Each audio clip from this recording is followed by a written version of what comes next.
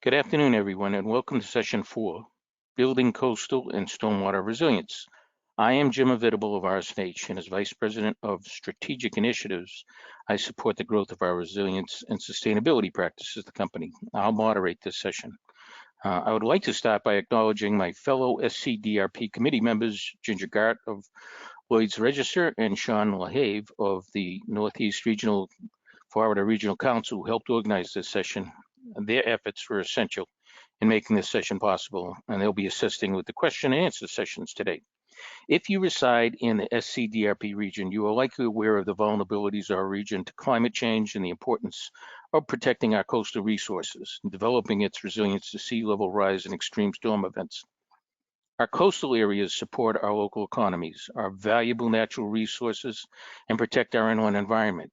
Inland areas subject to flooding are equally vulnerable and require special resilience measures. Our speakers will attempt to share their ongoing efforts to address these challenges and the strides being made in coastal and stormwater resilience. This session will be broken down into 3 parts. The first part of the session will include discussions by 4 separate speakers who are deeply involved in the resilience efforts of our coastal regions. They will address any questions submitted to the panelists after the last is spoken. Please use the question button in order to submit those questions, and we'll make sure they get some attention. Now allow me to introduce our esteemed group of experts in the order they will speak. First, Trevor Lancaster, who serves as the Geographic Information Systems GIS Coordinator for the U.S. Army Corps of Engineers in the Wilmington District. After Trevor will be Ms. Alex Reed. She serves as the Director of the Florida Department of Environmental Protection's Office of Resilience and Coastal Protection. Then we'll hear from Ms. Carolina Maran, who's the District Resilience Officer with the South Florida Water Management District. And closing out the first part of the speakers will be Jay Borkland, who operates as the Senior Engineering Manager and Renewables Lead in the Americas at Lloyds Register North America, a global strategy, engineering, and assurance consulting organization. And with that, I will start off the session and introduce Trevor. Go ahead, Trevor. Thanks, Jim. Good afternoon. My name is Trevor Lancaster. I'm the GIS Coordinator for the Wilmington District, Army Corps of Engineers in North Carolina, as well as the Geospatial Discipline Lead for the Army Corps of Engineers South Atlantic Coastal Study. Today, I'll be starting our session off from the broader federal perspective, discussing how we're using a variety of geospatial tools and products to support coastal resiliency in a large regional study with a broad and diverse stakeholder group. Next slide, please. So some folks on the line may be familiar with our study effort. I hope so. We've definitely made a lot of effort to reach out to stakeholders across the region. But very briefly, the South Atlantic Coastal Study, or it's often referred to as the SACS, is a 100% federally funded 4-year study that was authorized in the Water Resources Development Act in 2016. We initiated the study in 2018. We'll have a draft report with detailed actions and recommendations to Congress in 2022. The primary intent of the study is to identify risks and vulnerabilities of coastal areas in the South Atlantic Division to hurricane storm damages as a result of sea level rise, and ultimately make detailed and actionable recommendations to Congress upon completion of the study. The study area is truly very large. It's over 65,000 miles of tidal influenced shoreline between 6 states from North Carolina to Mississippi and the territories of Puerto Rico and U.S. Virgin Islands. The study follows watershed planning guidance, so that looks to engage and incorporate stakeholder input throughout the length of the study on problems, opportunities, and recommendations from what we now have a very large stakeholder database containing about 1,400 participants across the region. The study project delivery team contains over 200 Corps of Engineers team members across the various districts in the Southeast, as well as some of our labs and centers for expertise. We're all working on a variety of products concurrently. Next slide, please.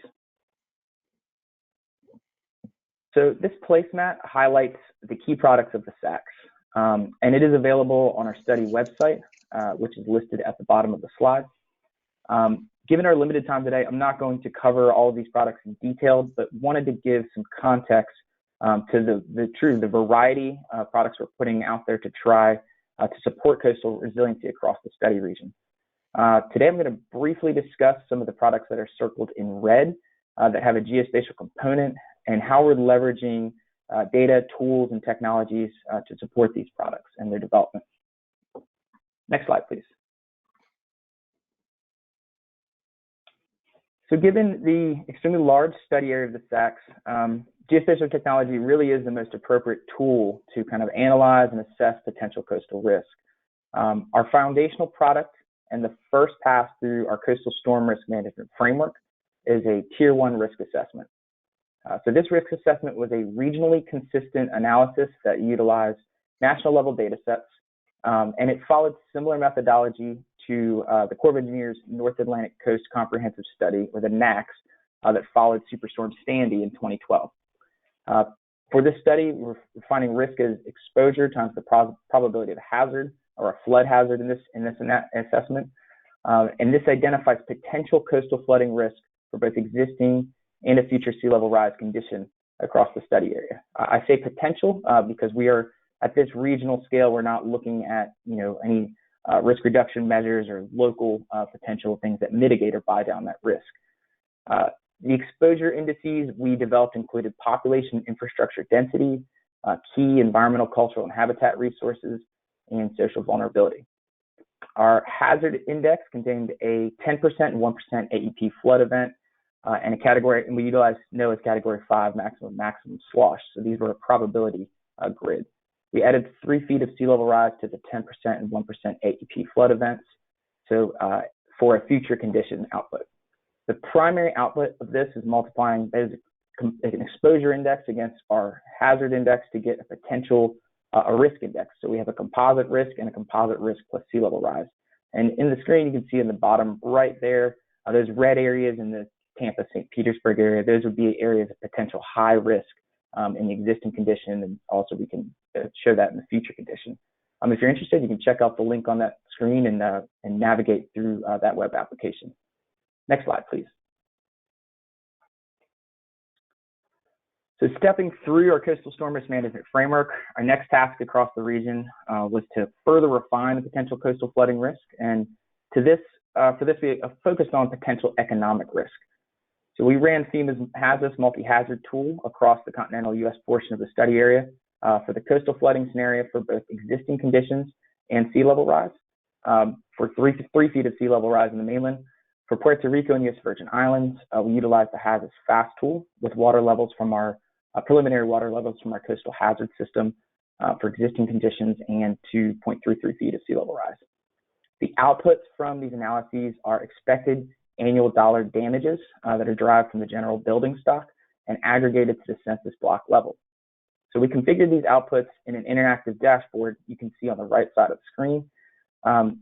This dashboard allows a user to dynamically select areas and a group of census blocks to really customize where you're trying to look at the potential economic risk. You can see the dollar damages for both conditions, existing and future conditions, as well as the aggregated damages by AEP events for a 10, 50, 100, and 500-year event. You can find this application at the link on the bottom of the screen, and we're hoping to have this data available for download here in the spring of 21 once we finalize some reviews. Next slide, please. Another geospatial data set we've developed is our sand availability and needs determination. This product contributes to how to potentially address or mitigate coastal risk to beachfront areas by identifying the sand needs and for beach nourishment projects for the next 50 years, as well as the potential availability of material to meet those needs. This project was a collaborative effort across the study area with multiple local, state, and federal stakeholders providing data and submissions. Additionally, there were a few complementary reports and data sets developed for dredge material management areas and offloading, as well as regional sediment management optimization. So for more information to access these reports, and actually if you're interested in downloading these data, they are available now. You can go to the link on the screen. Next slide, please. This SACS charge from Congress is not only to identify potential coastal storm risks to population and infrastructure centers, but also environmental resources and areas. So to do this, the environmental team qualitatively analyzed NOAA CCAP land cover classes for vulnerability to coastal storms and sea level rise, and ultimately intersected these areas with our Tier 1 hazard layer plus sea level rise I mentioned previously. So this has helped to identify the spatial distribution of specific land cover and habitat types potentially affected by coastal hazards. These information also inform the identification of priority environmental areas, which are areas that are ecologically and economically important natural areas at risk of storm surge inundation and sea level rise. These data are available for view on a web application at the link on the bottom of your screen, and you can see the various indices and methodology on that application as well. Next slide, please. So in progress in the next few months, we'll be deriving wave, water level, and depth grids for visualization from our coastal hazard system, which is results of high fidelity numerical model run outputs. So these have been in process for the past couple of years. And so we're really going to be focusing on making some visualization tools that folks can view these by AEP events ranging from 5 to 10,000 year events. So really help to define and characterize the hazard conditions in 3 basins: the South Atlantic, the Gulf of Mexico, and Puerto Rico and U.S. Virgin Islands. We hope to have these data prepared and posted to web applications probably by the summer, so please be on the lookout for that information as well. Next slide, please. So as we've discussed, coastal resiliency is a shared responsibility, and given our new remote environment, it's definitely been important to stay connected and collaborate as best as possible. As part of the SACS, we've hosted a series of focus area workshops to develop detailed action strategies with stakeholders at the local level. While our first workshops were in person, all of our subsequent meetings have been virtual. And in order to continue to receive that valuable feedback, during our focus area workshops, we created 23 editable web applications that allow participants in virtual breakout groups to simultaneously provide detailed and structured geolocated recommendations on problems, opportunities, and potential actions. So this was the best we could do to stimulate the old days of standing around a table with marking up a paper map. But it honestly provided really extremely valuable feedback for a report and recommendations, and I think it was a pretty valuable tool given our current environment. Next slide, please. Lastly, one of our primary goals of the SACS has been to collaborate and share information as best as possible. So this is critical to the challenge of building coastal resiliency. So we've held a significant number of workshops and webinars and participated in numerous outreach events, such as this virtual meeting today. But along a similar spirit, we're making a concerted effort to make as much data and applications available as possible via our SACS GeoPortal. This leverages ArcGIS Online open data software and allows users to discover, download, and learn more information about our technical products. So we've really put a focus and put these products information out there as they become available, as opposed to waiting to the end of the 4-year study to put them out there. So the link is there on the screen, and I'd encourage you, if you're interested, please take a look. And as we finalize data and products, we'll be putting up there for folks to utilize. Next slide. And that concludes my brief. If you have any detailed questions, feel free to reach out to me in the email, and I'd be happy to field them. Thank you. Thanks, Trevor. And next, we're going to hear from Alex Reed. Alex. All right, good afternoon. Can you hear me? All right, I'm Alex Reed. I'm the Director of the Office of Resilience and Coastal Protection with Florida's Department of Environmental Protection. Next slide, please.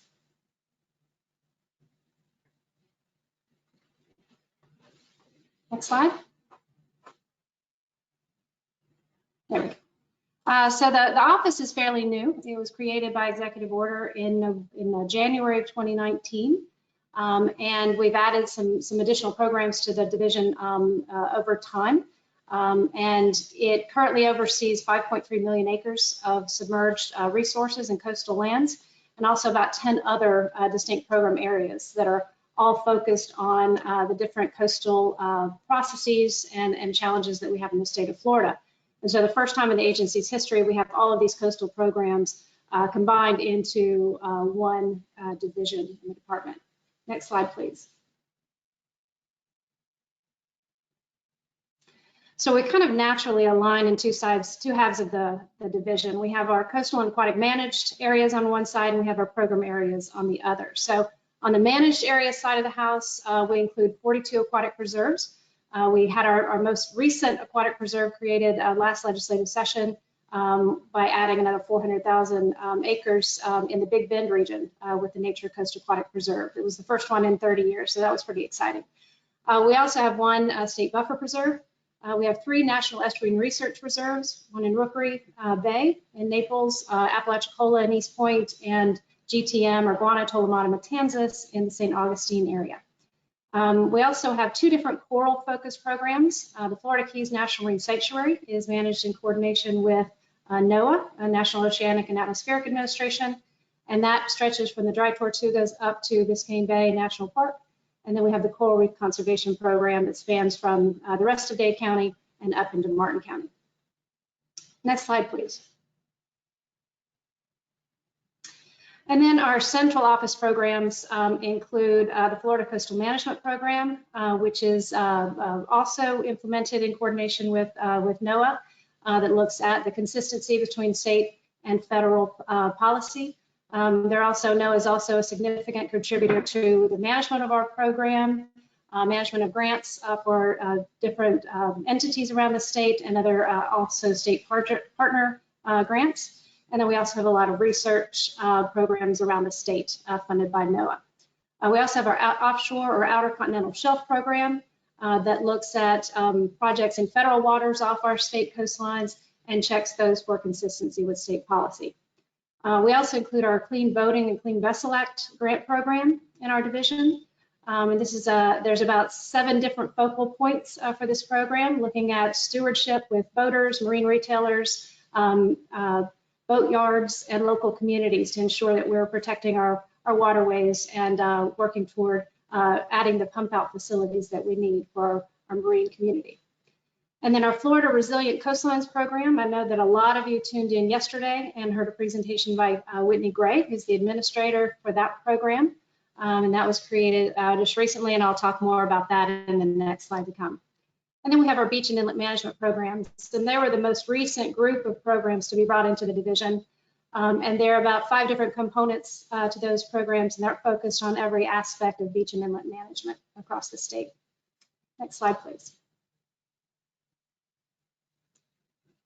So when we talk about resilience in the state of Florida, we have so many different programs, and the main focal points that we've been looking at over the past couple of years start with our aquatic and managed areas. And we kind of think of these as the research and development branch of our agency. One of the fun things about our managed areas is that while a lot of us are thinking in the theoretical and projections and the what ifs, well, our staff and our visiting researchers, they're focusing on what we can document and what we can do today. So we've get a lot of real-time data from our surface elevation table stations and also our sentinel sites in our managed areas. So we're able to track elevation changes of sediment, the shifts in habitat, and also be looking at the climatic changes and the impacts in our managed areas. We're also implementing a lot of living shoreline projects in our managed areas, looking at the design, the construction materials, the vegetation, and so we're having a lot of fun with implementing pilot projects and seeing how they react in the real system. So we're looking forward to continuing to work with our partners and universities to see the suitability for different adaptation models in our managed areas. So next slide, please. And then resilience is not a word we've been using in the beach and inlet management program that started back in the 60s. That the term resilience wasn't necessarily used in this fashion, but that's been the focus of our beach and inlet management program since they were initiated. We started nourishing beaches in the state and managing our inlet sediments since the mid to late 60s. And so since that time, we've learned a lot about the coastal system and the benefit to protecting upland development, to protecting and maintaining critical habitat for wildlife, and then of course providing that recreation that drives the tourism of an economy of the state of Florida. So currently with our 825 miles of sandy shoreline, about half of that is deemed as critically eroded. And so we actually have active management on about another half of that. through beach nourishment and inlet sand bypass or inlet management. Next slide, please. So the way that we address beach and inlet management is looking at, we look at a comprehensive statewide long-term management strategy for those critically eroded shorelines that we've identified across the state. And it's a constant cycle of evaluation and planning, permitting, funding, construction and monitoring, and then reevaluate again to see how the coastal system has adapted to the inlet management and the beach management procedures that we've put in place. And we do this through 5 different program areas within our division. We have our beaches field services, which offer those boots on the ground, data collection and inspection of projects in the coastal system. We also have our beach management funding assistance program, which provides grants and aid to local communities for their projects. Our beaches, inlets, and ports program they work with our communities to permit and regulate activities below the mean high water line. So this would be your beach nourishment programs, your inlet management components, and they also do a lot of work with port expansion and port development. And then if you look to the coastal system above the mean high water, we have our coastal construction control line program that ensures that construction is taking into account any effects to the beach and dune system and minimizing and avoiding those impacts. And then tying it all together is our coastal engineering and geology group that makes sure that each of our program areas is using the best science and data and information for our decision-making process. And then all of these programs work together when we have a storm impact, and we assess the damages to the shorelines, come up with response strategies, and work with our local communities to address specific needs for recovery. Next slide, please. And then, as I mentioned earlier, you guys probably met Whitney Gray yesterday with the Resilient Coastlines program. And this program was started in 2018 with 3 main focus areas. The program was designed to create resources and technical expertise for the communities of Florida, also as a venue for providing funding for adaptation projects as well as planning and assessment grants, and then also to create that coordination function.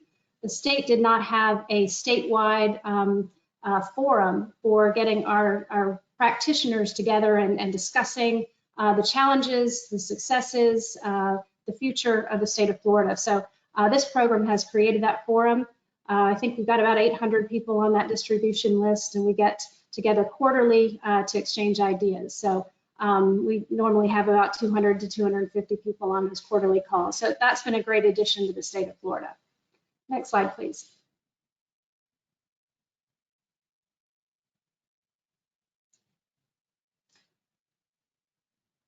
One more. There we go. So a little bit about bring back up one slide. It's going to tell you a little bit about some of the projects that we've been able to implement statewide. So since 2018, we've been able to distribute about $6.5 million to the communities around the state, implementing about 97 different projects.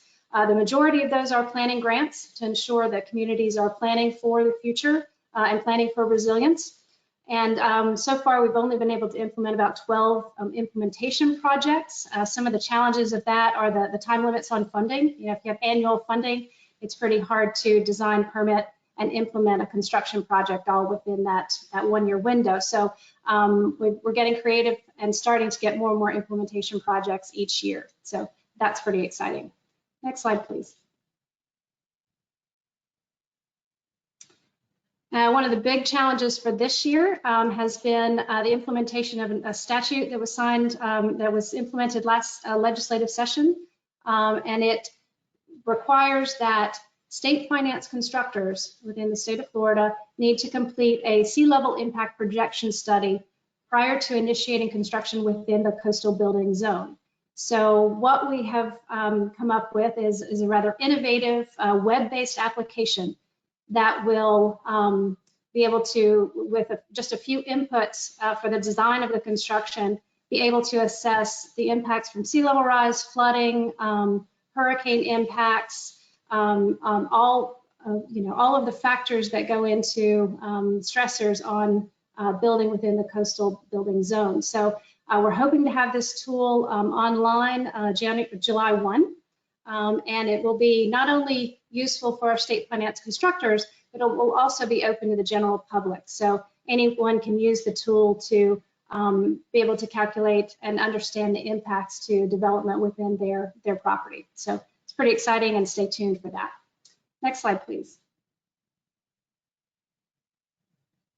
We can't talk about resilience without talking about corals. We've got the only barrier reef in the North America along the southeast coast, and we've been challenged with addressing the stony coral tissue loss disease over the past 6 years. So we've got a huge team of folks helping us to address the disease response, from rescue to response to propagation to restoration planning. And we've implemented 2 different grant programs in the state to assist not only our partners, but also communities around the state. So that's an exciting opportunity, and we're learning more and more every day. And we also launched an awareness campaign last year called Florida's Coral Reef. And you're welcome to tune into the webpage, and it's a great place to learn about what each and every one of us can do to help protect the coral reef in our daily lives. So that's been a great opportunity as well. And next slide, please. And that's all I have for you, and I'm happy to take questions at the end of the session. Thank you, Jim. Okay, thank you. We are going to take those after Jay speaks. Thank you so much, Alex. That was a great presentation. And if we can hear next from Carolina Maran. Thank you. Sure. Thank you. Thank you for the introduction, Jim. I'm Carolina Maran, District Resiliency Officer for South Florida Water Management District. Thank you, everyone that is attending this panel for the interest in this very relevant topic. I'm going to shift the discussion a little bit to focus on inland stormwater management, which is one of the main roles from my agency, and also a very important discussion on climate resilience in water resources management, when it's evident that the impacts from a changing climate are beyond the most immediate coastal areas. We are not building resilience only to the ones like really, really close to the beach, and sometimes when we talk about sea level rise and climate change, we have this perception in the region, but we are really kind of building resilience to the entire community that are having their flood protection systems impacted by this changing patterns in general in water resources management. Next one, please.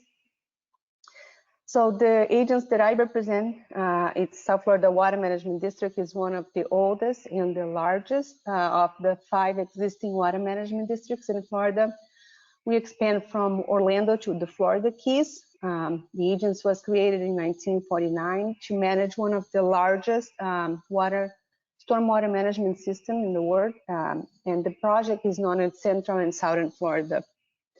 We currently manage 2,000 miles of canals and approximately 1,500 structures.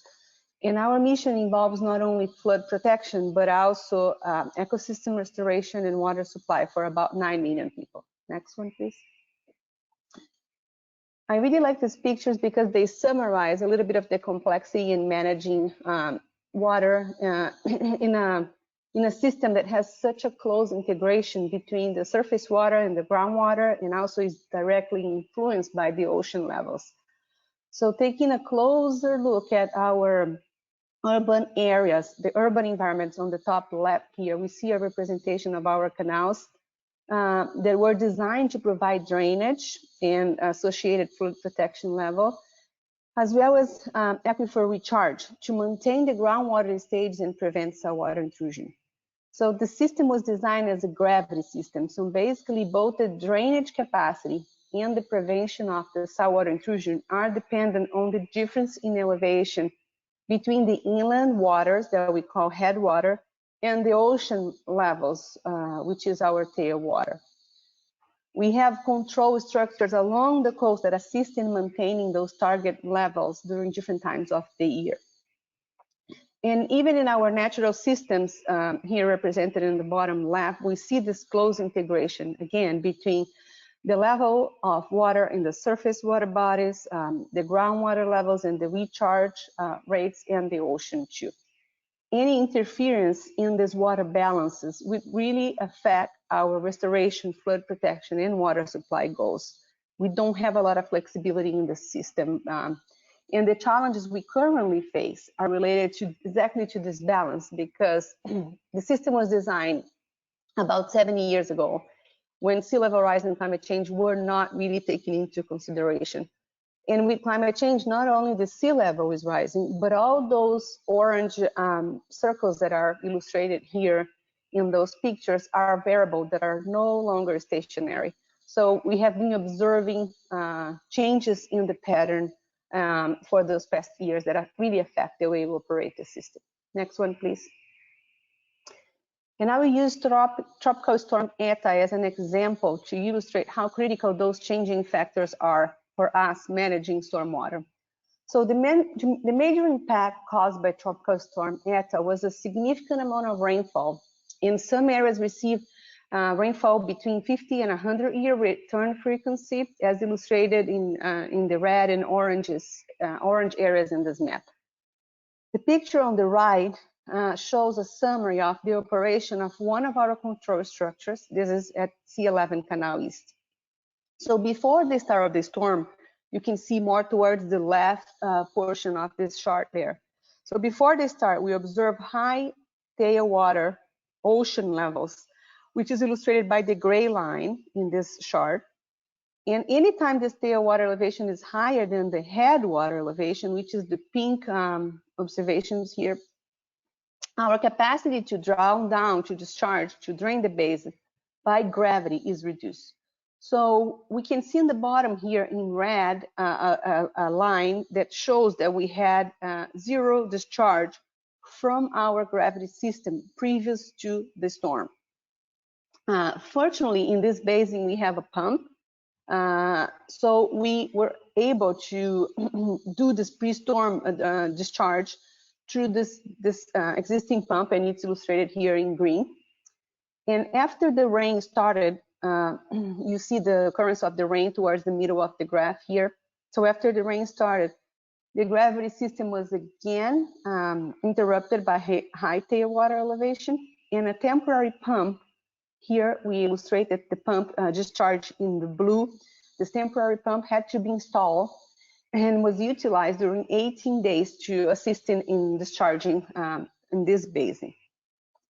In most of the locations in our system, we do not have a permanent pump to assist in discharge, and our flood protection level of service is really being affected by these higher tailwater elevations. Next, please. It's important to note that significant rainfall events occur before the arrival of the Tropical Storm Eta. So we had very wet, extreme antecedent conditions. We see rainfall between 200 and 300% higher than the historic average in October. This is in the area where we were hit by Tropical Storm Eta. And also on the right is this month of December, just before the occurrence, we see 300% higher rainfall than the average. Next one, please. And beyond the significant rainfall and extreme wet conditions, we also saw a very intense high tide season in 2020, as illustrated by this NOAA. The NOAA give us those predicted peaks in higher tailwater conditions. And this happened in many occasions between August and December. Next one, please. So this image here illustrates the 2020 high tide observation. So focusing a little bit more on what really occurred. We have here the historic observations plotted. Black is the historical maximum, red is the historical minimum, and green is the historical average. And we can see that in 2020, this pink line plotted here on top was significant. And we can zoom a little bit more in the next slide to see these peak events that we observed. They were record.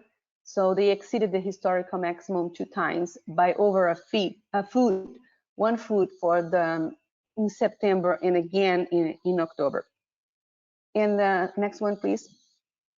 And another very interesting observation is the relative percent time that the gates were closed. Here is one example in one structure, but you can see that During the same period, the green line shows the average hours per day that we observe having those gates closed. And the pink line is again the 2020 observation. So the bars clearly demonstrate that a significant number of hours, way above the historical average, day after day, occur when those gates had to be closed and our discharge capacity was limited because of this tailwater elevation that was higher than the headwater. So we are seeing significant impacts in our system. Next one, please. And the consequences are well documented in our region. So we have significant flood occurrences happening year after year to the region, and not only in the most immediate coastal areas, I'm going to mention that again, also inland. So the picture on the bottom left there is Sawgrass map. It's located about like 12 to 15 miles inland. And this is a flooding impact that result from a major rainfall event back in 2017. Next one, please. And another associated consequence is the acceleration of the saltwater intrusion in this highly porous Biscayne aquifer, which is our major source of drinking water. The district is actively monitoring and mapping the location of the saltwater interface on a 5-year cycle. It started in 2009 is the yellow line, sorry, the blue line, and we have the most recent one is the red line that was plotted in 2019, showing the saltwater interface in one of our counties. This is Broward County. So it's really demonstrating the risk to the water supply assets and the well fields. The well field locations there where we pump the water for the drinking water supply is those green dots in the map. Next one, please. So in order to address those impacts, major resiliency actions are being advanced by the district. So we are expanding our monitoring network and associated data analysis to identify, characterize trends and any observed anomaly. We are enhancing our modeling tools and analysis on the current and multiple future scenarios that account for land development and those modified climate conditions. We are also advancing investments to harden our flood protection infrastructure, improving canal conveyance, coastal structures, and increasing storage options associated with green infrastructure solutions. I know in the morning we had a lot of discussions about that. So this is a big piece of what we are planning and anticipating. We are also investing in alternative water supply sources and water conservation practices to address future water needs and increasing risks to our system. We are restoring natural systems, promoting the sustainability of the healthy coastal wetlands, riparian habitats, and associated economic resources. We are also promoting stakeholder engagement and outreach to really increase the collaboration among those partners at the local level, at the state, and also federal agencies, and really important to also inform our citizens. And because of the time that we are very limited today, I'm going to focus just 2 more slides on summarizing actions that we are advancing to enhance flood protection infrastructure. Next one, please. So our flood protection level of service program was established in 2015, and we invested approximately $4.3 million in assessing flood protection performance relative to the structure design under future conditions, including the sea level rise. This effort is integrated to our capital program so that we make sure the structures, the pumps, and the canal are functioning as designed as best as possible, and will remain active and functioning after major events, major storms, and even disasters like hurricanes. Our proposed mitigation strategies are being evaluated in a basin by basin basis. And it's important to say that we are coordinating many actions, not only what our roles, but like coordinating with local governments and other partner agencies to identify the best solutions for the basin as a whole. So all the possible best solutions. And we are estimating those investments that are needed from our side now, from the district, between 70 and 80 million per year in a scenario that we approach one basin, one of those major coastal structures at a time per year. So we understand this can build up to a much larger amount, and especially if we want to also consider storm surge, which was not part of our initial analysis in the program, not directly in the mitigation strategies. So we have here a list of those proposed mitigation strategies. So we are thinking about raising flood barriers to improve some of this storm surge protection, add forward pumps to maintain the basin discharge, increase basin storage in associated nature-based green infrastructure solutions, raising the canal banks and levees to maintain the canal conveyance, implementing operational strategies to maintain the flood protection levels, enhance infiltration through some of land use mitigation strategies, and also harden our coastal structures. Next one, please. And I talk a little bit about the magnitude of those investments, and the program is focusing on a concept that we call adaptation pathway, in which we plan for these incremental infrastructure investments by balancing those perceived risks, those several adaptation options and strategies that can be advanced at different periods of time, and bringing associated benefits, and also considering the design life. So this concept, the adaptation pathway concept, is applied both at the basin-wide analysis, when we look at those entire strategies, and including the interventions that are not responsibility just from the district, but from multiple agencies, but also when we look at our individual infrastructure investments. So in this slide, we summarize the assessment that we are doing now for our coastal structures to assist in defining how far can we go in our traditional maintenance program, considering major refurbishment needs, but also hardening needs. So before jumping into like raising the generator buildings or some of the major control structures, we decide to first confirm what are the best resiliency initiatives that we could execute in each structure according to this pathway. So in project by project, in the context of like what else is being done in the basin. So we look at what we need to do to our structure. We look at all the other measures that we anticipate to happen in the basin to determine what is really the role that we want to address through the investments in these structures. So initial recommended structure adaptation strategies include checking the structural stability of all the coastal structures, checking the top of the gate. So can we extend the top of the gate and help with the surge protection in the basin? Erosion control in general, continuous commercial power supply, and the need for really backup generators. The control center, how can we protect the control portions and any redundant system that we have? How can we bring maybe submersible level sensors and vulnerability to the position indicator? This is very specific to the gate, but this is how we really control the operation and really override some of the emergency controls. Flood-proofing the motors, the electrical systems, the control room itself. So those are all examples of hardening strategies that we need to evaluate in the context of the basin. So we are hoping the results of this effort will provide some immediate relief and positive resilience action to be replicated in the other structures. And my final slide there is we are also, the Army Corps, in collaboration with the district, we are the local sponsors, completed an initial appraisal report to request funding. Again, we understand that we need additional funding to be able to implement all those strategies needed in our system.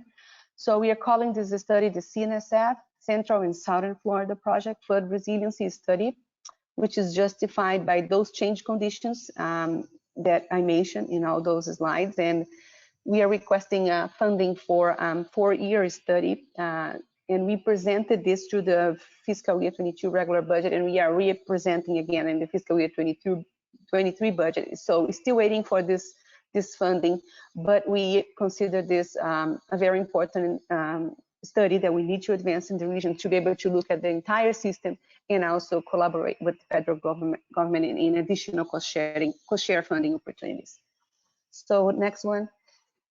We understand we have a problem, we have multiple solutions to address, and we are on top of this. We know that it will take some time and money to solve, and the collaboration is really the key. We need to really work with those partner agencies, local, state, and federal government, as the solution really spans across those multiple boundaries. So thank you very much.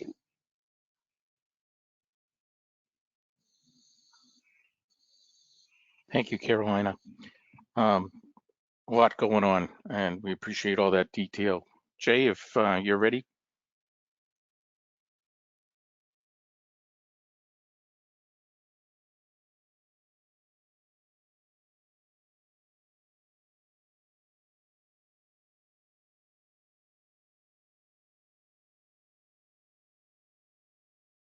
Can you hear, Jay? You're still muted.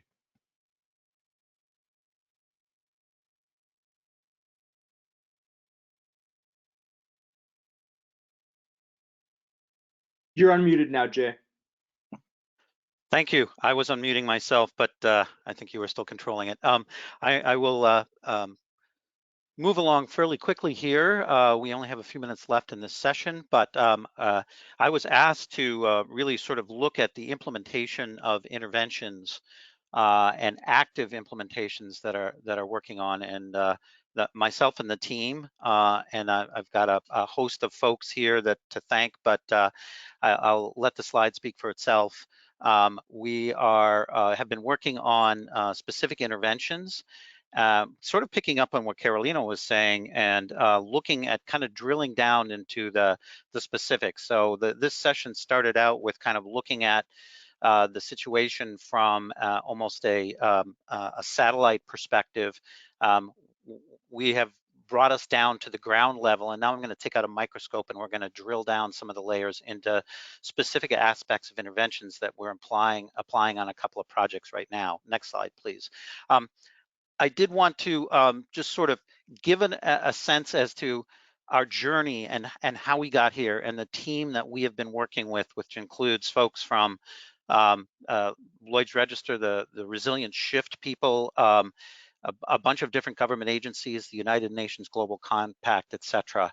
And you know, a lot of our aspect of our approach to resilience is grounded in several very large events that we've been involved with. And kind of the first was Hurricane Katrina that affected the Gulf. And the response to that was a significant amount of infrastructure investment that was related to you know, keeping the water out.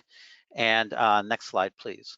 A few years later, another very large event occurred in Hurricane Sandy, and we became involved in something called Rebuild by Design, which was an approach to rebuilding that includes infrastructure redevelopment that really seeks to be more than just a keeping the water out, but as we like to say, living with the water. And that's a comprehensive strategy that improves the coastal resilience. So we just can't wait any longer with sea level rise, et cetera. The message really is clear that we've got to think about these different kinds of interventions. And so next slide, please. What I'm going to do is just focus on a few of the approach that we use now, because of that, that journey that we've been on, or we've all been on with resilience.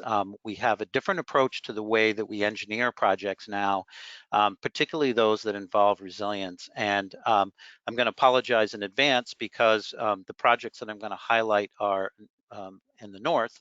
However, I think the application of the interventions is universal, and I think the general tenet of what we're trying to do here is very universal as well. So the thing we learned with the response to Hurricane Sandy and the Rebuild by Design process was that we need to build for the norm as well as the storm. It's not acceptable to simply figure out how to keep the water out, but we need to figure out how to create the landscapes and the landforms that are both pleasant to those who live there for the days when there isn't a storm. Next slide, please. And essentially what we have is we've built a toolkit that we in the sort of resilient civil engineering world use, that involves both natural and constructed responses and interventions to try to either work to mitigate the amount of water that comes in, retains or stores water that becomes an issue during events, and or utilizes that water in other means that's beneficial to the systems. Next slide, please. And there are a whole host of these interventions that include things that allowing areas that that normally would not have been allowed to flood, but when they're not flooded, to use them for recreation or other purposes. Next slide, please. And really what we call sculpting the land. So that's a kind of a new term that has come out of the resilience push in engineering over the past decade or so, that really encourages or uses the movement of landscape material around to control water movement during storm events or sea level rise for sea level rise. Next slide, please. And I'm gonna highlight a couple of projects here that the reason I'm highlighting these two projects I'll be talking about is that they are going on right now. So right this minute, in fact, there's a public meeting going on the other channel here right this minute on this particular project. But both of the projects I'm going to highlight start with master planning activities where the resilience aspect is now being built into the master planning for the development of construction projects and for large infrastructure projects. Next, please. In this particular area of this site, the area is flooded now with sea level rise. On a moon tide, the streets flood without a storm in this particular district that we're working in. And so it is a problem. Obviously, when there are storms, it is even worse. And most of the area that we're dealing with floods in a high level of damage occurs. Next slide, please. And so, what we've done is we're applying the toolkit that we've developed over the years through some of these rebuilding and rebuild by design types of processes that we identify, and we're looking at there's park area that's involved in this particular project, and we're looking at using that park to both block some of the incoming water and to store water from the surrounding neighborhoods. Next slide, please. And so this area that we're working on is called Gibson Park. It is an amenity that this particular city has, but it also abuts these often flooded areas. And so one of the concepts is to sort of suck as much water as we can into the park area from the neighborhoods during flood events, hold that water, and then release it after the flood events are over, but incorporate all of that into aesthetics that allow the town to enjoy the area when there isn't flooding going on, which is most of the time, obviously. And what we have incorporated are a series of sort of hard engineering structures with some subsurface trenches and drainage, as well as some green living reef and living shoreline aspects. Next slide, please. And part of that aspect includes the inclusion of things like a new community boating center that really pulls people down to the water. So rather than trying to keep people away from the waterfront, we're looking to design this in a way that encourages the use of the waterfront during non-normal times. The next slide, please.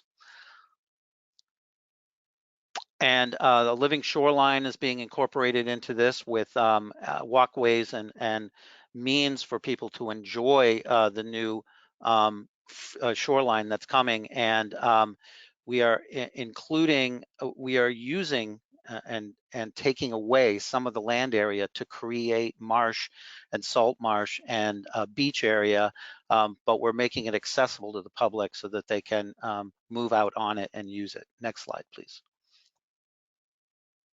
And then this just sort of shows a comprehensive list of the different kinds of interventions that we're using in this one area.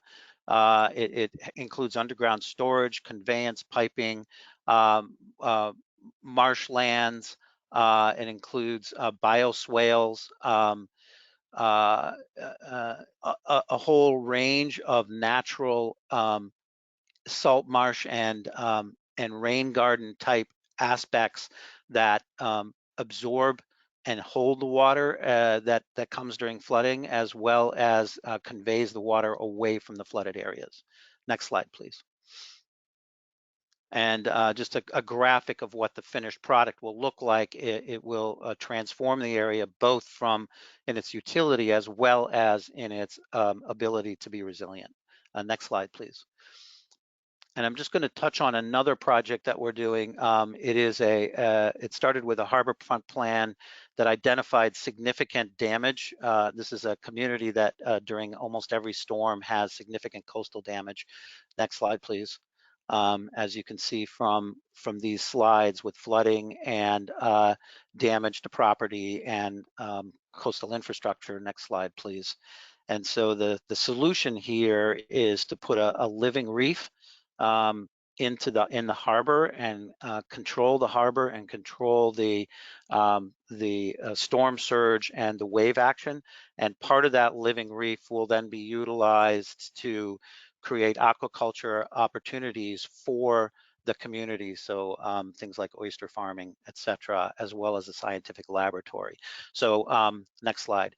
These are some of the sort of real aspects that we're undertaking at the moment to work with the water and create sort of a resilient shoreline to help us figure out how we are going to live through and really be very much forward thinking in terms of how we look at climate change, sea level rise, and storm surge activities. Thank you, and I will turn it back over to you, Jim. Thank you, Jay. So let's see, we're at the point where we got about time for one or two questions, and then we may have to defer the rest of those to the end of the session if the panelists are willing to stick around with us.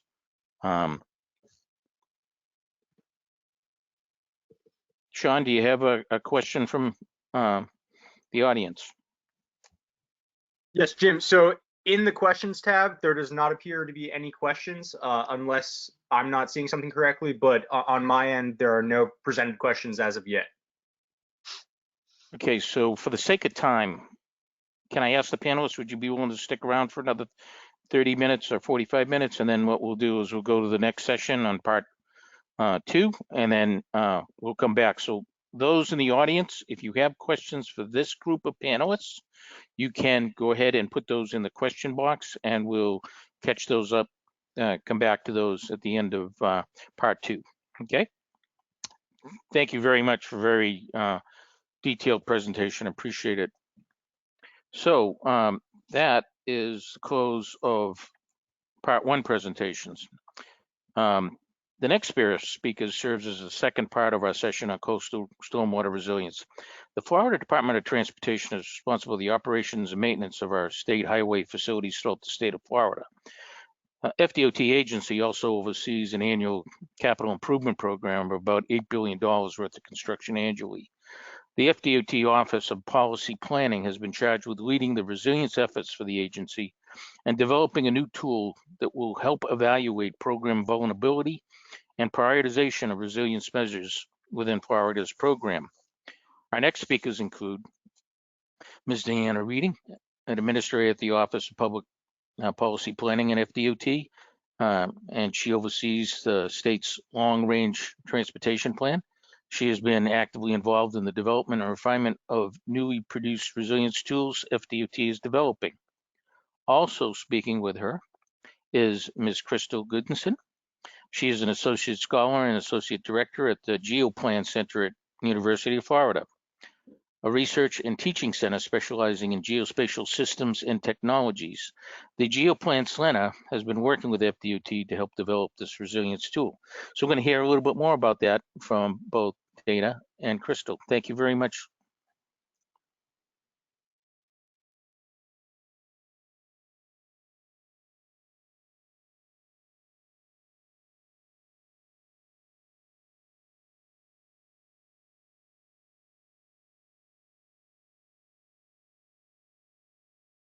Go ahead, Dana.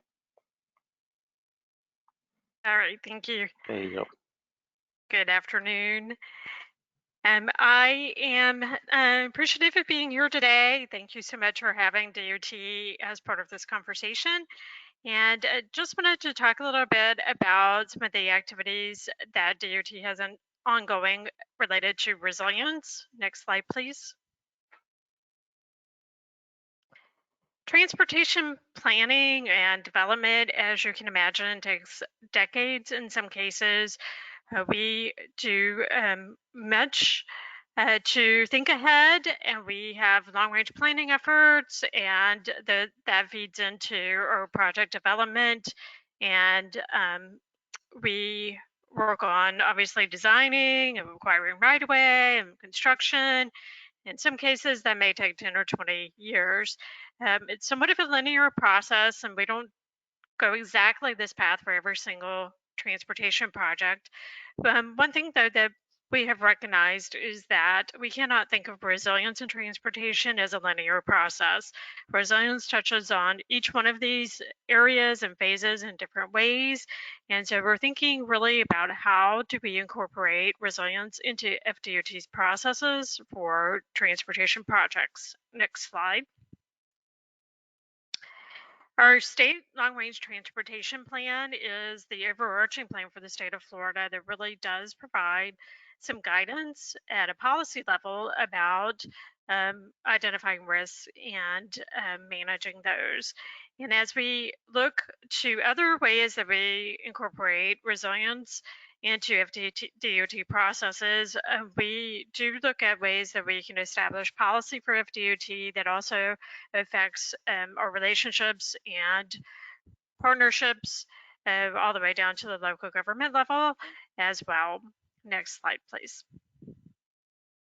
Last year, the Secretary of DOT did sign a policy on resiliency for state transportation infrastructure.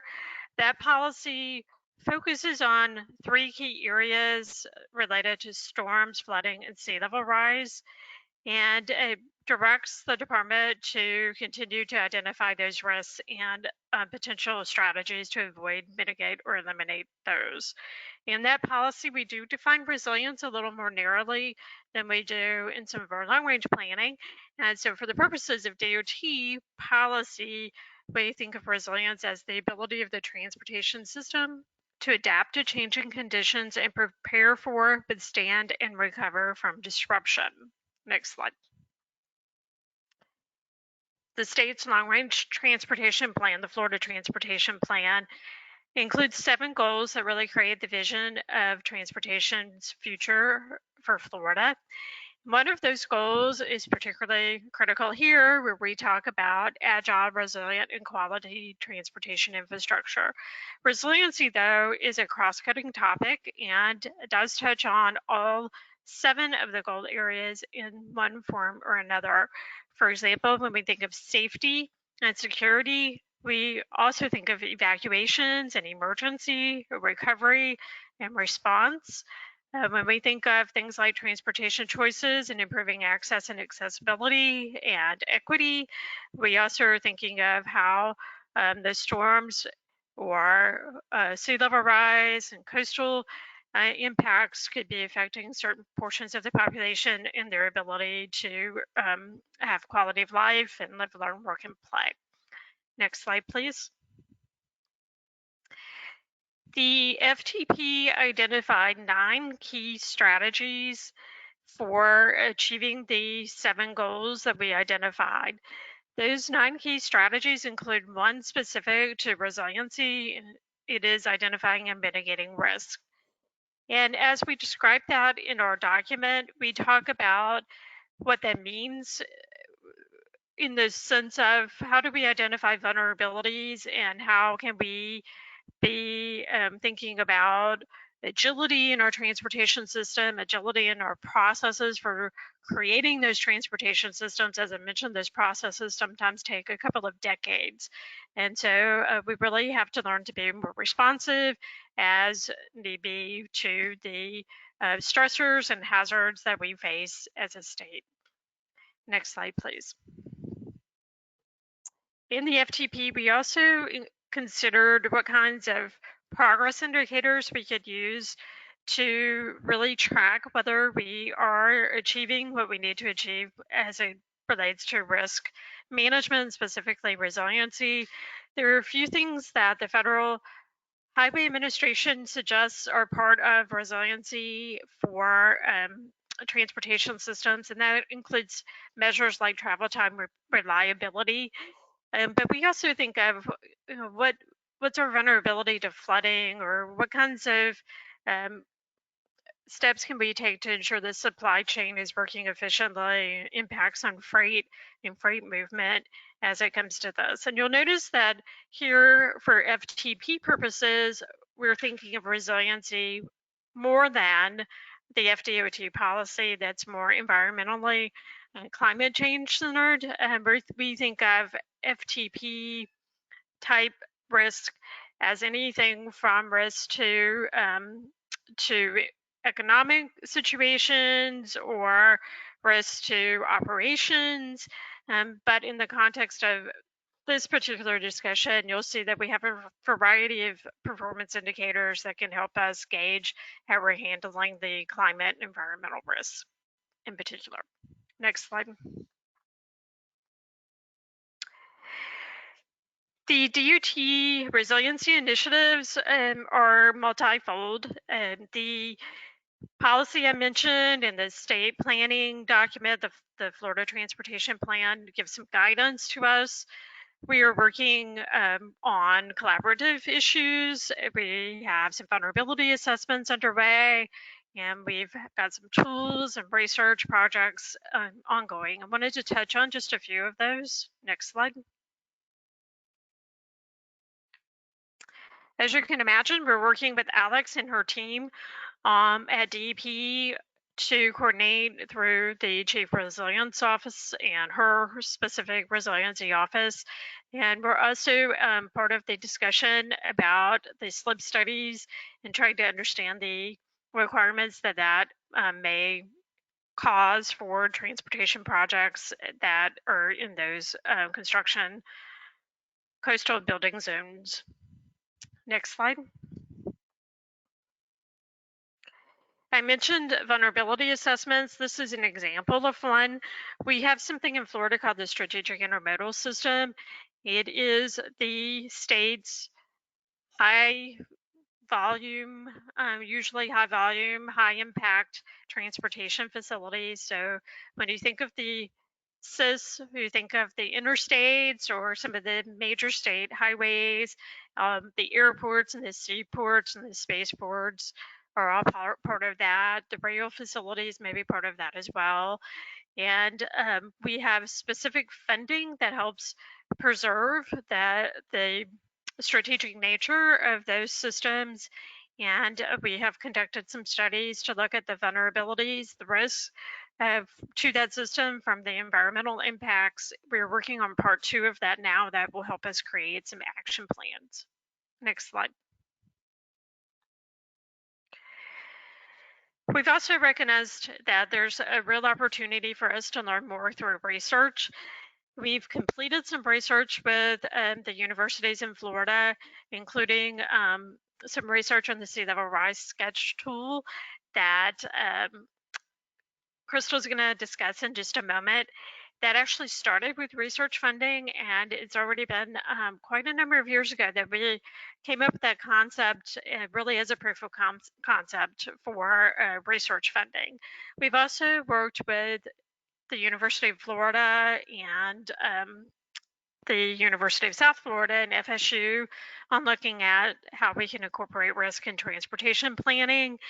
And we're currently working with FSU in a couple of research projects to look at vulnerability and particularly vulnerable populations, and a resilience index for testing out the idea of creating a resilience index to see if that would help us with transportation planning. Next slide. We have some upcoming research projects where you're working with some of the universities to think about how to better incorporate resiliency into the actual project development and design phases. And those are very much cutting edge for us. We're thinking of ways that we could perhaps look at dynamic decision making and using more data-driven decisions, considering things like life cycles of the facilities to help us really determine the best ways to address and come up with criteria for how we might address resilience issues. And so I've mentioned a couple of times the sea level rise sketch tool, and I do want to turn this over to Crystal so that she can tell you a bit more about the sketch tool and its value in Florida. Thank you, Dana. Next slide, please. Well, thank you, everyone. I'm Crystal Goodison. Thanks for this opportunity to share our ongoing work and efforts. Again, the GeoPlan Center is a geospatial research and teaching center here at the University of Florida. And for over 30 years, our center has supported the geospatial needs in the state of Florida through development of standardized data sets, decision support tools, and technical training. And we've worked with FDOT for over 20 years on supporting the environmental review process. And over the past 7 or 8 years, we've been working with them on sea level rise and climate resilience. And as part of that, we built the sea level scenario sketch planning tool, which is a mouthful. So I'll just refer to it as the sketch tool. And it was developed to support FDOT's resiliency efforts, and specifically the FDP strategy to identify vulnerabilities in the transportation system. So along with developing the tool, we also provide technical training and climate education so that transportation professionals not only have access to the data on sea level rise and flooding, they also understand how to interpret and use it. Next slide, please.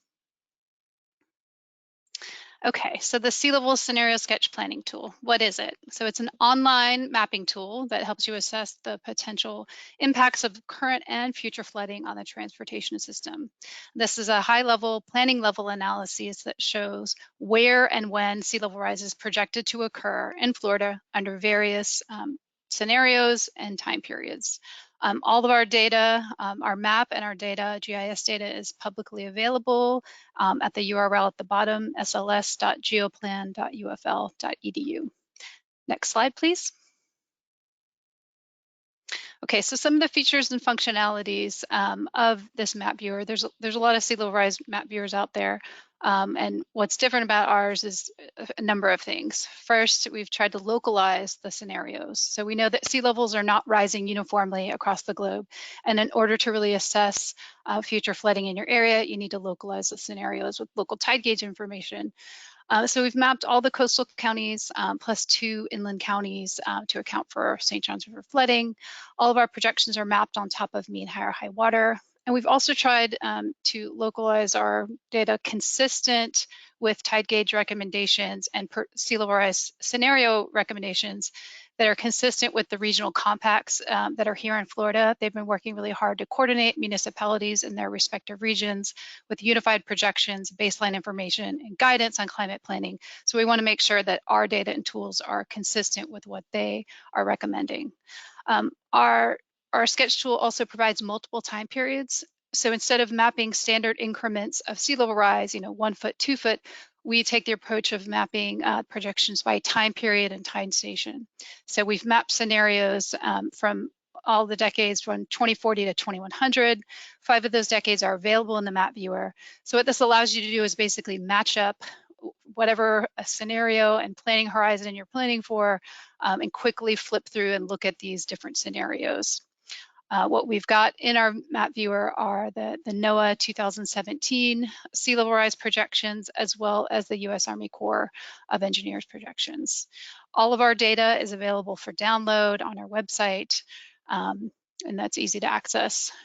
Additionally, for every sea level rise scenario, we do a transportation analysis.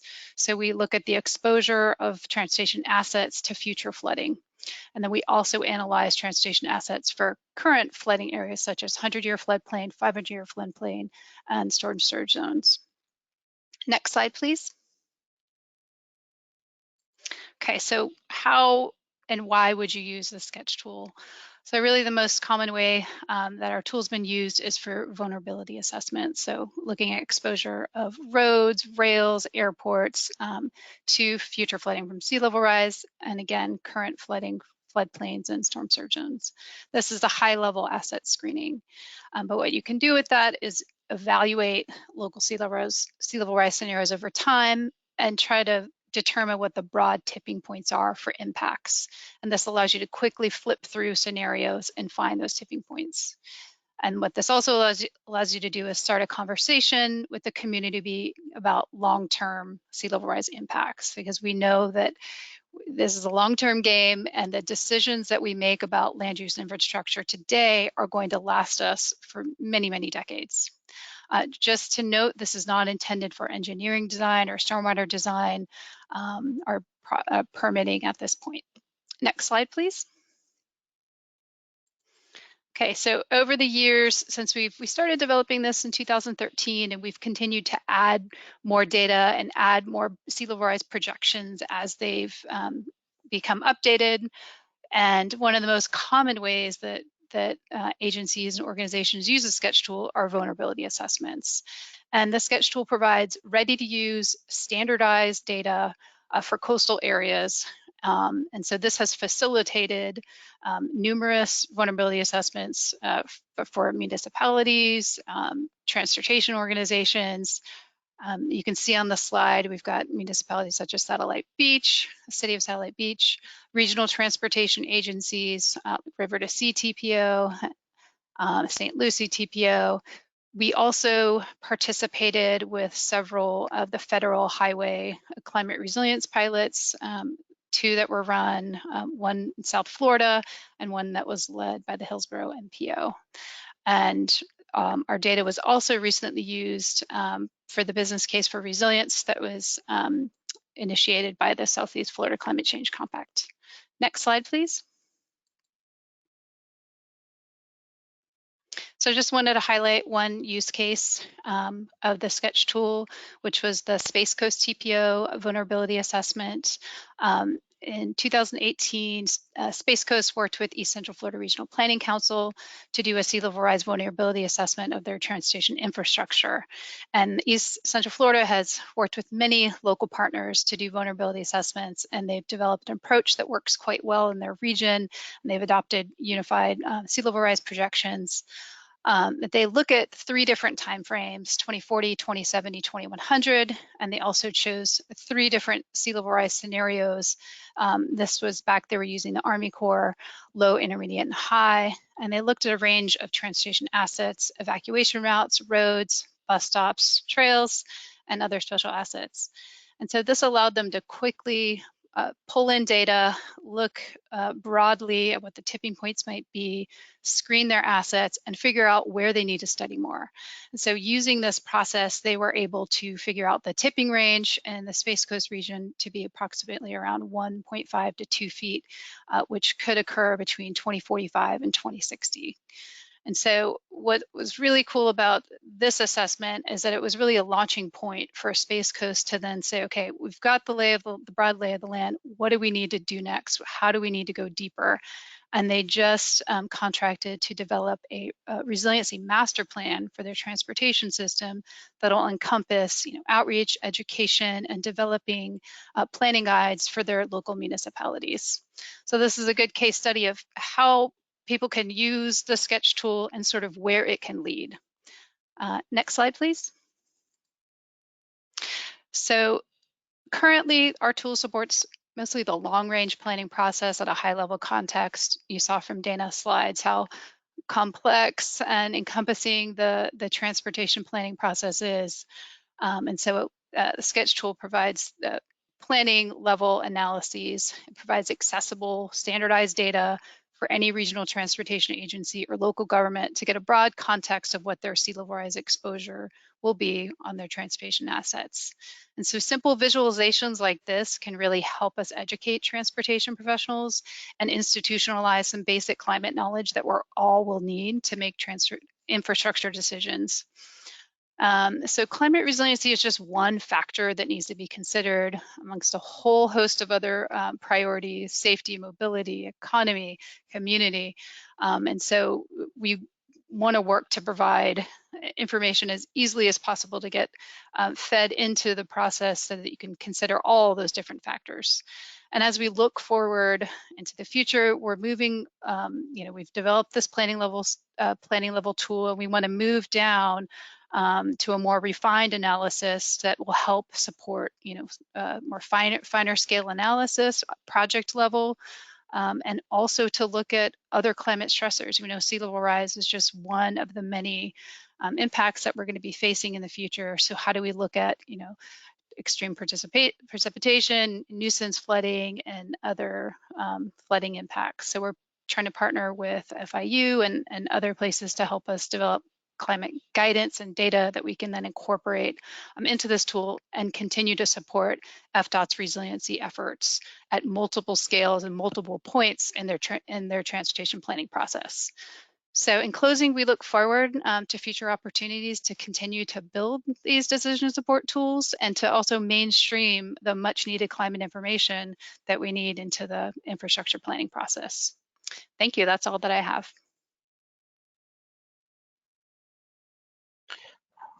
Awesome presentation. Thank you. The part one panelists could also turn on their video. I think that would be good for us to see everybody's face.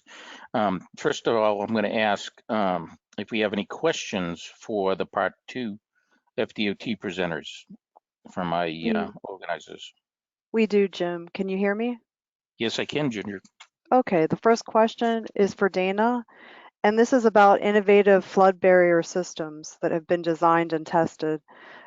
And for Florida Department of Transportation, have any of the alternative dry glass flood walls been successful? I cannot answer that. I can find out. I would assume that yes, we've had some successes. I don't know if Crystal has any more knowledge of that than I do. Yeah. Sorry. Okay, so go ahead, Jim. No, I just wanted to say go ahead with the questions. There was another question. This one could be either for Dana as well, regarding Florida, or not Florida, for DOT tracking systems for North Carolina and South Carolina, watching other variables that you may have alluded to with water table elevations changes. I'm not sure I understood that question. So within the, yep.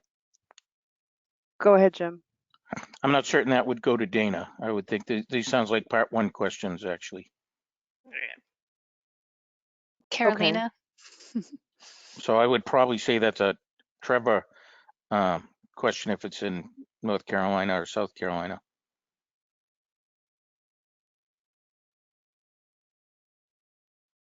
You're on mute, Trevor.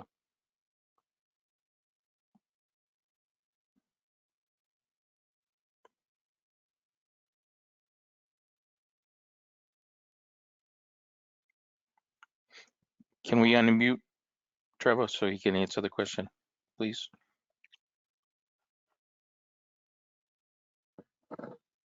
There you go. I think they're in.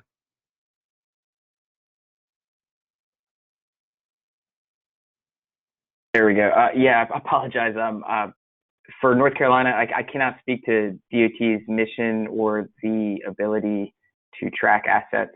The Corps of Engineers, we do have some interface with them in emergency response missions and ESF3 under the National Response Framework, but as far as their day-to-day operations, I don't have any additional information. Apologies. Of course, we track the aquifer and some of that stuff in Florida because we have such a low-lying aquifer and it impacts things well inland. But I think it is probably something that other states need to do as well. It's probably not as impactful, I would say, as the situation that we have in Florida, where we're very flat topography with a high water, underground water level. But good question. Any others? So this one's for Jay. So Jay, in your work through the United Nations Sustainable Development Global Compact, where the aim is to align global community and environmental wins to advance us all, as an expert in resiliency for port infrastructure, can you explain how some of these collaborative partnerships might benefit those on the call and talk about nature-based solutions and fitting together like puzzle pieces? Sure, there's a lot in that question. Let me see if I can kind of hit the high points. So the United Nations Global Compact involves a kind of a global look at resilience and sustainable development goals and how those are implemented at the local level. And so, of course, when we talk about resilience and critical infrastructure, and one of the areas that I specialize or spend a lot of time on is with the ports, taking a look at the both the efficacy of resilience interventions at port facilities, but also thinking about the larger context. And so, you know, in terms of how this could be viewed from the overall aspect is when you just think about sort of a port facility, there are aspects of flooding, you know, when storms or storm surge comes in or damage along those lines that need to be integrated into the design. There's a lot of port upgrades and port construction that's going on a regular basis.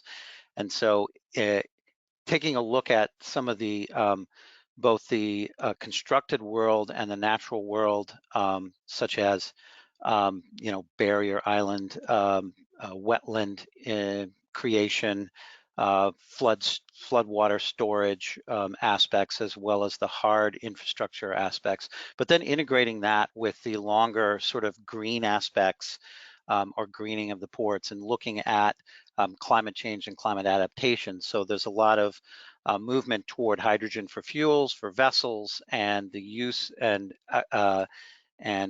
bunkering of those kinds of future fuels on the port facilities is something that we're encouraging folks to really take a look at. So it really kind of speaks to the overall comprehensive approach to those kinds of infrastructure redevelopment when you think about things like the ports.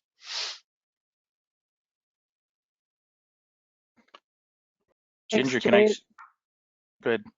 There's a question for Alex regarding sea level rise tools and looking at how often they are updated to account for better predictions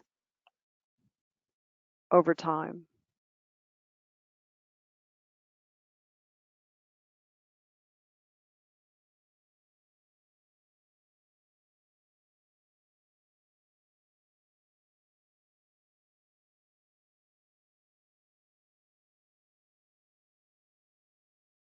I think someone needs to unmute Alex. Okay,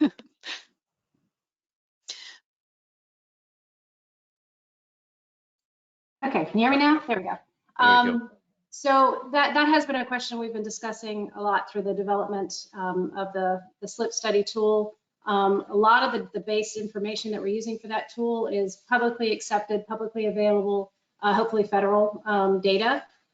So we'd like to be able to update that as soon as new guidance and new data comes out. We just have to figure out how to implement that in the administrative code with relation to the legislation and the obligation from state finance constructors. So of course we want to use the most available, the best science and the best data as soon as it's available. But we do have some hurdles and we're still trying to figure that out. Does that answer your question? Can I just add on to that? That the National Climate Assessment, which FDEP and others are using as their standard, is updated about every 4 to 5 years. And so the next one is due to come out, you know, end of 2022, 2023. So that is like a regular, if you need a temporal aspect, every 4 to 5 years.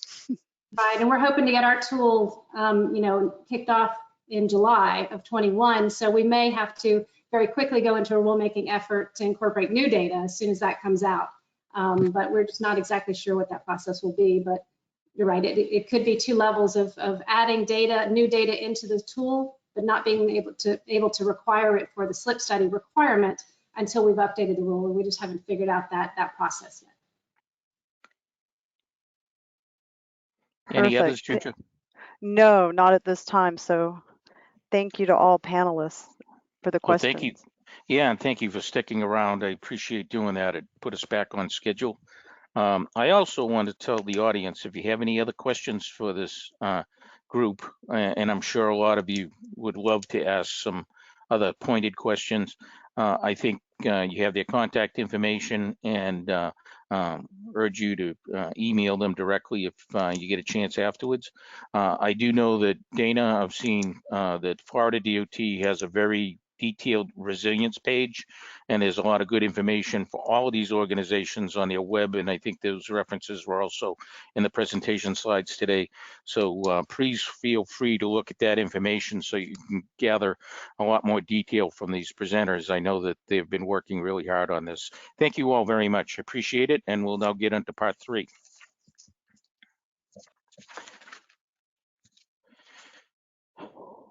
So our next pair of speakers serves as the third and final part of our session on coastal and stormwater resilience. A large portion of our natural coral reef has been damaged by storms and man-made hazards. This natural resource helps protect our coastal areas from storm surge and extreme events. As a matter of fact, if you listen to some of the earlier presentations today, those things were expounded upon in greater detail. Marine environments impacted by erosion or development are not easily repaired or replicated without special remediation. Our next speakers will share experience in their successful applying a remediation tool that can be customized to address various coastal condition and remediation uses. More importantly, it can provide coastal and marine resilience and nature-based solutions while minimizing physical impacts of construction. Our speakers include Chris Daly. Chris is a senior environmental scientist with RSNH. Chris leads NEPA studies and environmental permitting for roadway and airport projects throughout Florida. Chris has been conducting habitat studies, seagrass surveys, and developing mitigation plans in Florida for more than 25 years. Scott Barkowski is president of Living Shoreline Solution, which is based in Pensacola, Florida. Scott has 23 years of experience in the research, development, and engineering of artificial reefs and coastal restoration. He is the inventor of the only site-specific designed wave attenuator device system. Since its development and use, Living Shoreline Solutions has had a 100% success rate in the protection of sensitive coastal and marine biological environments. So I now will turn it over to Chris and Scott. Thank you.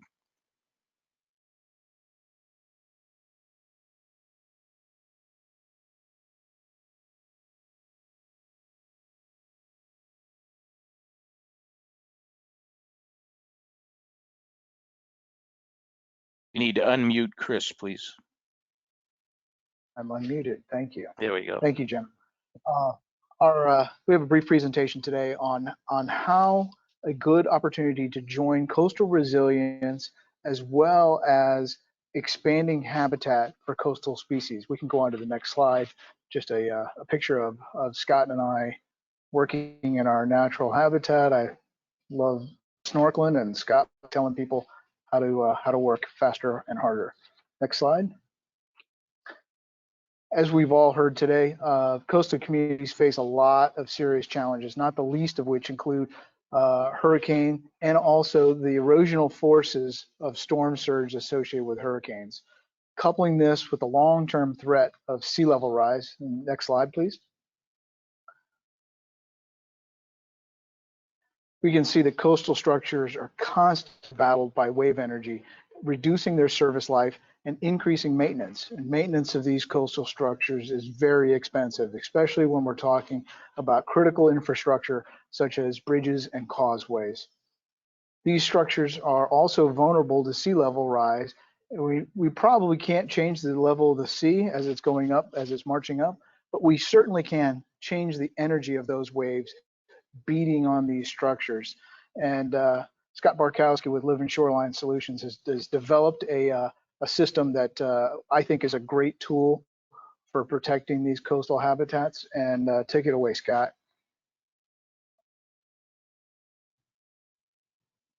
Next slide, please.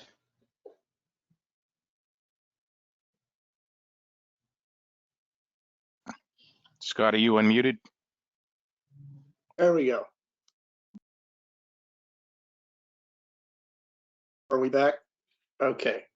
Good afternoon. Welcome, everybody. Appreciate the opportunity to present to you what our WAD system really is, but I'll give you a little background. About 23 years ago, we looked at the natural barrier reef systems and how depleted they were and decided to scientifically design and engineer an unnatural barrier reef system that would eventually become natural.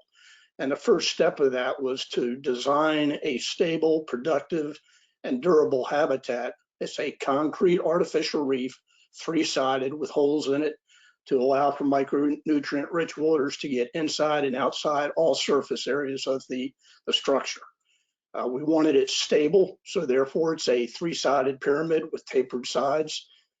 It is hollow and it's made out of concrete, 5,000 PSI minimum concrete. The unit weights from 900 to 2,000 pounds in the artificial reef aspect, but now they're as large as 25,000 pounds for the wave attenuation device. What we did was we put out thousands of these reefs and studied them over a period of 5 to 6 years, did many studies and monitoring, and basically came up with the final design of the artificial reef you see in front of you as a wave attenuation device. And the reason we call it a wave attenuation device is because it's not, you can't put an artificial reef in the intercoastal waterways here in Pensacola, Florida. So we had to call it a WAD. So that way we got away with doing it. And what we did was we turn around and use those individual structures for each site-specific conditions by placing those units side by side, parallel to shore, different heights and weights to reflect the wave energy. We were able to design a system that acted like a natural barrier reef because of the productivity. These reefs, after 6 months, were covered with marine biomass, and after a year, we were seeing about an annual growth of 0.5 metric ton per square meter of surface area on these structures. They survived numerous hurricanes over the years without movement. They're not anchored down, and they do an unbelievable job of providing essential fish habitat while being stable and durable. Next slide, please. How do the WADs work? Well, basically what makes the WADs a lot different than anything else out there is that we don't reflect the wave energy. We allow that wave energy to transmit through the row of WADs, and it's dissipated as it encounters the angled sides of the WADs. And if you look at the front face of the large red arrows, you see there are 5 openings on each side of the WAD. Those 5 openings are tapered inwardly to increase velocity and decrease pressure. On the back side of the WADs, water comes out 2 sides. So that's a total of 10 units. And that will give you a decrease in velocity and an increase in pressure. With that decrease in velocity, if there's any sediment suspended in wave fluid because we killed the energy, that sediment then falls to the seafloor behind the WADs, shoreward of the WADs, and eventually makes its way to the beach. There's a video here. If you would, go ahead and select that so you can see an actual video of the units being operational.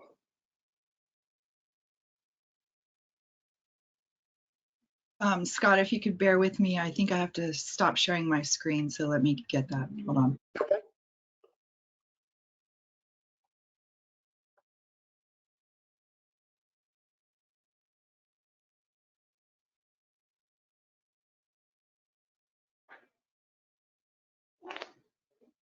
While she's finding that video, I'll point out that the one of the benefits of these WADs is a very small footprint because it is a tapered trapezoidal shape and doesn't have really a toe or anything.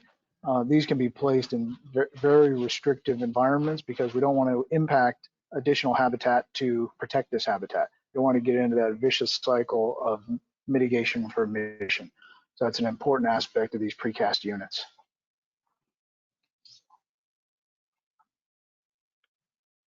So you can see as the waves come in from the right-hand side, they encounter the flat side of the wads or the pointed side of the adjoining wad, and those waves break as they cross into the wad array.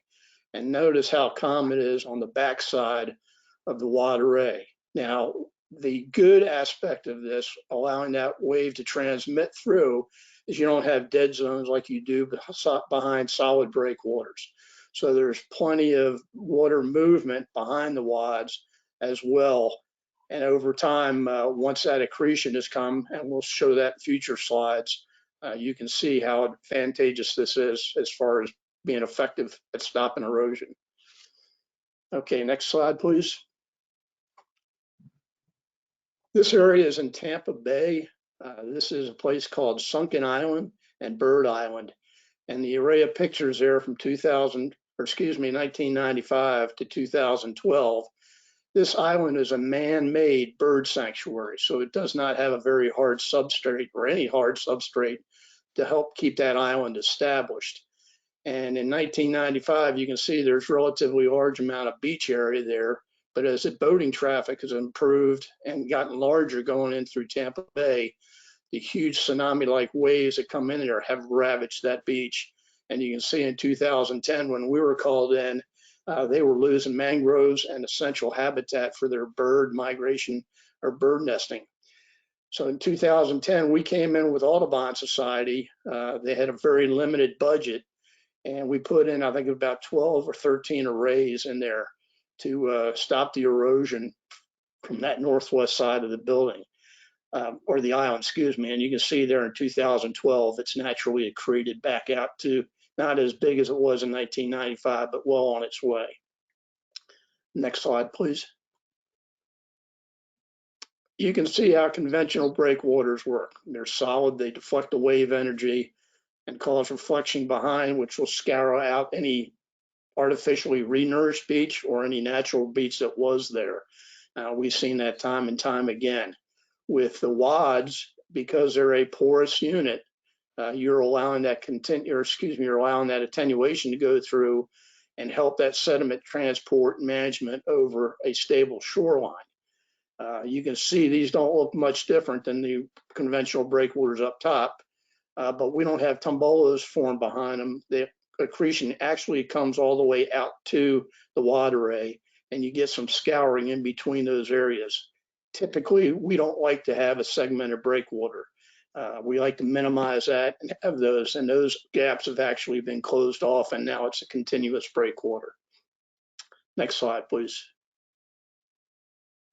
Here you can see a closer view of the shoreline accretion that's taken place here at Sunken Island. If you look close at the top of the left picture, you can see some of that scouring that's taken place around there because there's no hard substrate.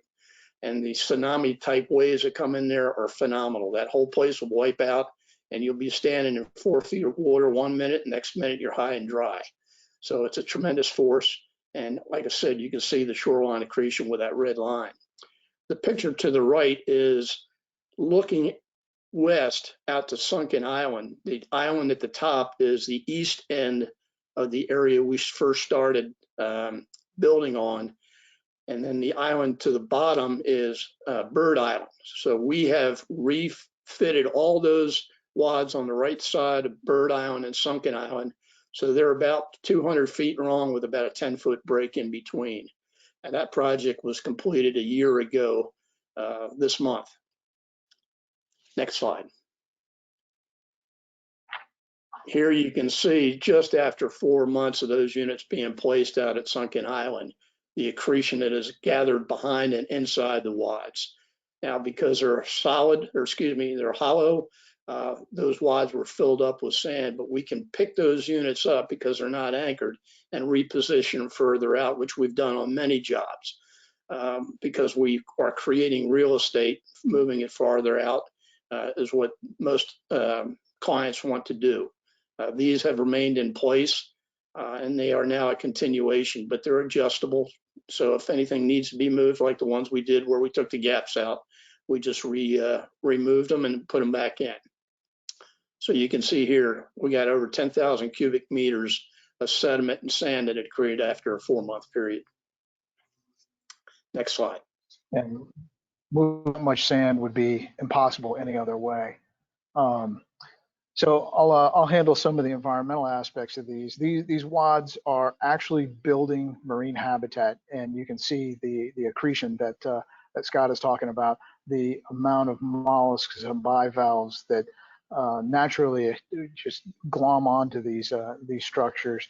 And that's whether they're placed in subtidal areas as a reef, or if they're placed in intertidal areas as energy dissipators.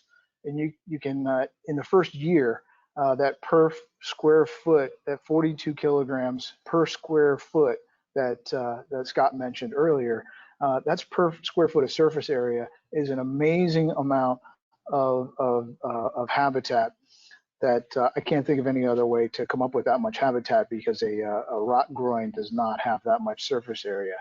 And since these are hollow structures, there's a tremendous amount of finfish nursery going on inside of this structure. When we snorkel along and look inside of the WADs, they're absolutely full of nursery fish, gray snapper, grouper, snook, all species that need that protection from larger predators. So this is a big benefit for essential fish habitat. Next slide, please. During the development of any of these potential projects, our project team develops a CMS wave model analysis to determine the stability and the size needed for each of these projects, because the varying depth requires a larger structure. So shallower water, smaller structures, deeper water, larger structures. The largest that I believe have been placed so far is a 10.5 foot structure, and that would be placed in about 8 feet of water. Looking at the wave model, you see here the colors. The green color you see here is about 1 meter waves, and that 1 meter wave is then on the inside of the shore of the WAD array is brought down to about 2 centimeters. So that shows a tremendous amount of wave energy that's reduced, and the model generally demonstrates that wave energy is reduced by about 90%. Next slide, please. So reducing that wave energy creates an area suitable for seagrass development.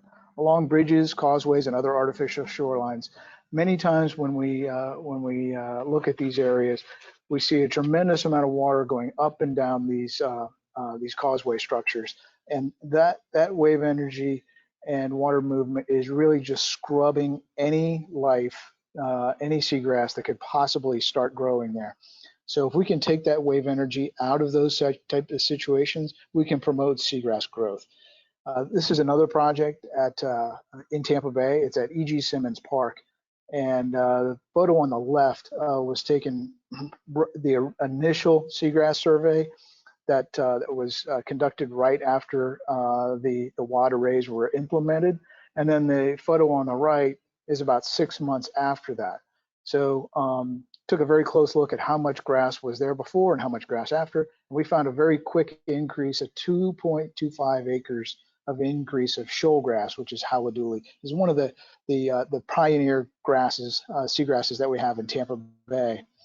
So that is a very quick turnaround to get 2.5 acres of seagrass growing in an area that could not grow before because of this wave energy.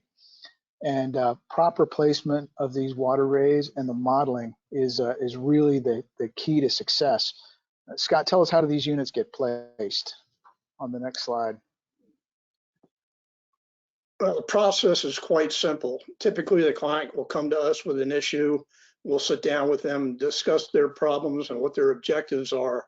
And then what we'll do is we'll do a survey, do a geotechnical survey analysis. We'll do wind and wave analysis, and then we'll do our CMS wave model. And what we'll do in that CMS wave model is we'll design several different possibilities which address those objectives. And then we'll present those to the client and with the pros and cons of each, and then we'll let the client decide what he wants to do. Once he selects one of those options, we'll go to designing a site-specific WAD for that application. That'll lead us to designing a site-specific form, steel form, which will give us a consistent quality product. And then we'll go ahead and place the units. and then monitor them for a period of time. This particular project you're looking at here was very interesting in that the state of Louisiana has a real problem with their substrate holding any kind of riprap or any other structure before it sinks after a period of 2 or 3 years. And it costs a lot of money to rebuild some of the coastal restoration projects. So this was a unique project that they gave us an objective. You got to stop the erosion, but your product's got to stay in place for a minimum of 3 years. So we did the geotechnical analysis. They came back, the geotechnical analysis came back and said these units are going to disappear probably 3 feet in the muck in the first year, 4 or 5 feet in the years following. So we were left to design a freestanding wad that had a footprint and a load factor of less than 175 pounds per square foot.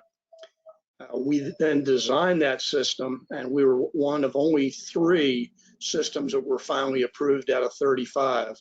We were the only one that was freestanding, wasn't anchored into the bottom or piped into the bottom.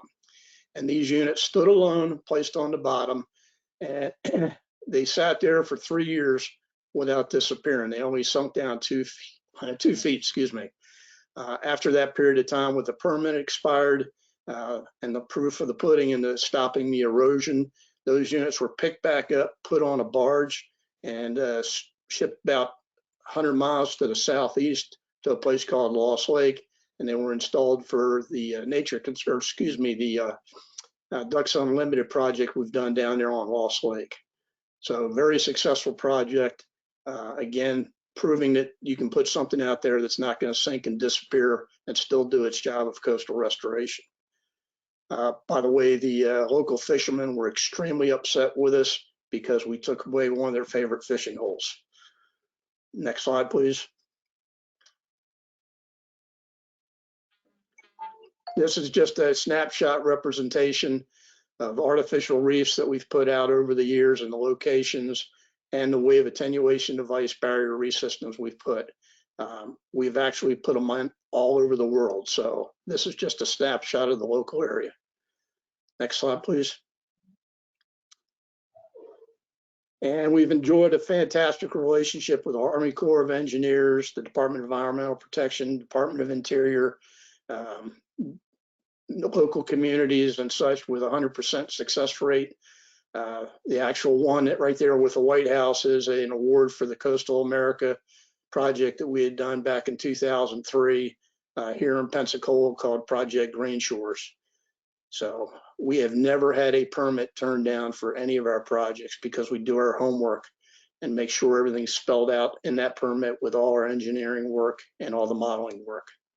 Next slide, please.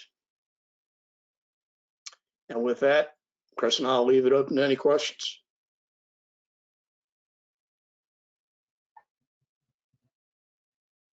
Thanks, Chris. Thanks, Scott. Ginger, do we have any questions from the audience? So we don't have any new questions, but I am just interested to understand from my background in history. I've seen eternal and memorial reefs up front, and they seem to cause navigable obstacles for shipping and for divers and anything. But would these be able to would these WADs be able to replace those and be more appropriate? Absolutely. And when you're putting stuff out, there is usually a requirement. It's going to be either lit or signage has to be there approved by the Coast Guard.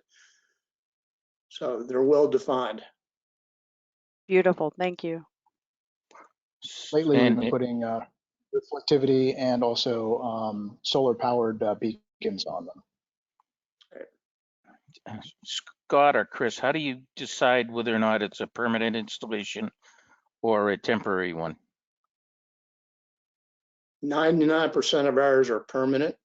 The only time they're not is when the client decides they would like to move the units farther out because they've gained enough real estate. The project we did in Negril, Jamaica, after a year, the client said, all right, I've got my 85 feet of beach. I want 150 feet of beach. So he had to go through and get it re-permitted to move the units further out. as far as the units being permanent, they're stable. They won't. We have been through numerous hurricanes, and we have never had one move because of wind and wave energy moving it. We've had people try and steal them, but never had one move. Probably not an easy device to steal. Aren't these kind of heavy? They can be. Some of the larger ones, that last one you saw was designed with 175 PSF. That unit was 13,500 pounds. We had a barge that actually tried to pull one away from the top corner of it. Didn't get very far.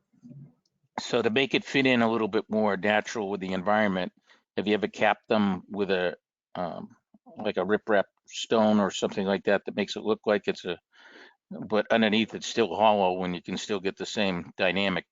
Yes, as a matter of fact, the project we did with won the Coastal America Award was with Project Green Shores. There's a 21,000 pound unit down there, but you can't see it unless you get underneath the water because we concreted riprap into the top to make it look like the rest of the project area. And you said you've been using these for a while. These have been tested? What's that again? You've been using these for a while. These have been tested in different environments and states? Oh yeah, all over the world. The East Coast, West Coast. Give a couple examples. Whereabouts?